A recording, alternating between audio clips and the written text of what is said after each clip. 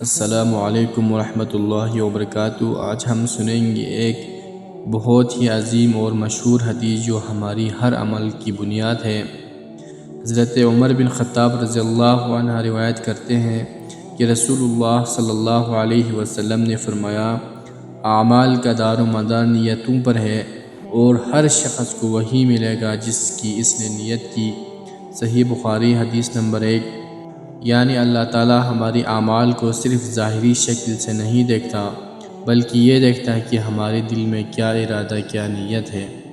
تشریح: اگر ایک شخص علم حاصل کرتا ہے لیکن نیت دنیاوی شہرت یا مال و دولت ہو تو وہ عمل اللہ کے ہاں قابل قبول نہیں ہوگا، اور اگر کوئی معمولی سا عمل کرے، مثلا کسی کو پانی پلا دے لیکن خالص اللہ کی رضا کے لیے کرے، تو وہ چھوٹا سا عمل اللہ کے ہاں بہت بڑا بن جاتا ہے۔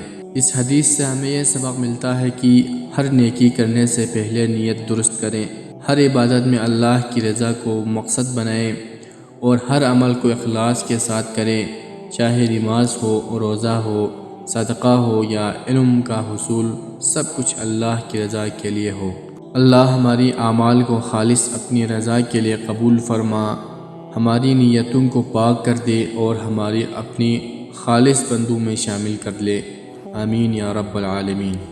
اگر آپ کو یہ حدیث اور نصیحت پسند آئی ہو تو دین ڈیلی چینل کو ضرور سبسکرائب کریں تاکہ مزید علم و ہدایت کی روشنی آپ تک پہنچتی رہے۔ جزاکم اللہ خیرا۔